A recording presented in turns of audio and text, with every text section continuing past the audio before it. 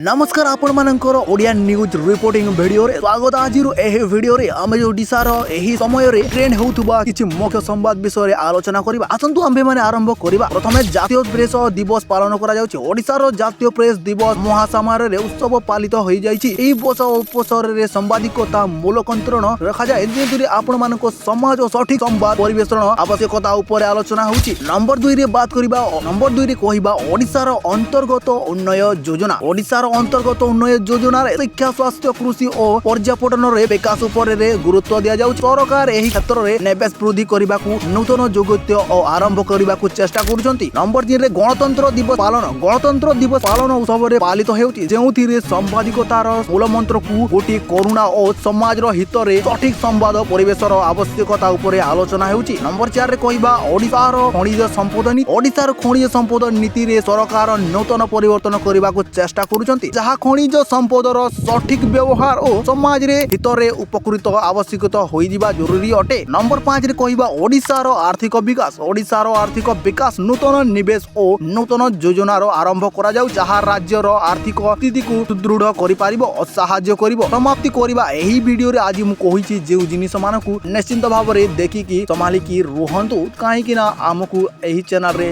एमितिका video news मिली थाए।